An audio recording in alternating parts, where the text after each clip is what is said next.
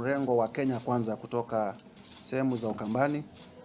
Na kwanza nataka niseme kwamba ile shida ambayo iko Athi River sio shida mpya.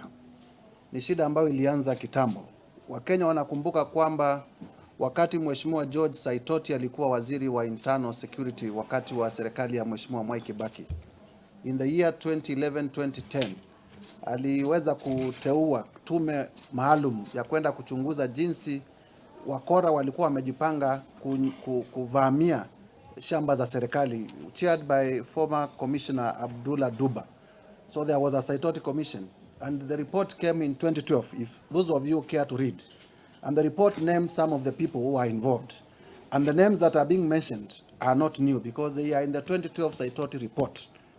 Na baadaye mnakumbuka kwamba mimi nilikuwa nafanya kazi katika kaunti ya Machakos. Na najua kwamba hii shida imekuweko, kwamba watu wanajipanga wachache, wanajihami, wanavamia shamba ya serikali ama wanavamia shamba ya mtu binafsi, wanajifanya masquatter kusudi ndio waweze kupata right of ownership ya mashamba. Kwa hivyo kumekuwa na wanasiasa ambao ni patrons, kumekuwa na cartels ambao ni criminals wanatumika kuvamia mashamba, na kumekuwa na wafanyikazi katika maofisi za serikali, katika survey na katika land registry ambao wamekuwa wakisaidia hao.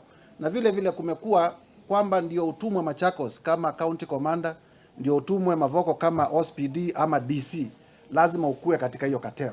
So imekuwa ni cartel kubwa ambayo imekuwa ikiumiza watu wetu.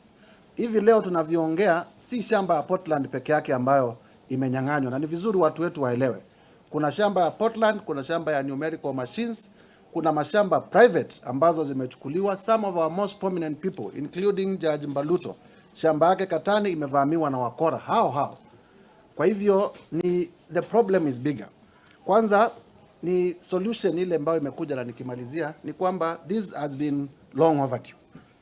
Hao watu wote tunajuana, wale ambao wamechukua mashamba, hao wanasiasa wengine tuko nao hapa kwa bunge, na wote wamekuwa wakisema wanajua wanaweza faulu ama wasifaulu. So they have never been sure because they have never had a right over this land.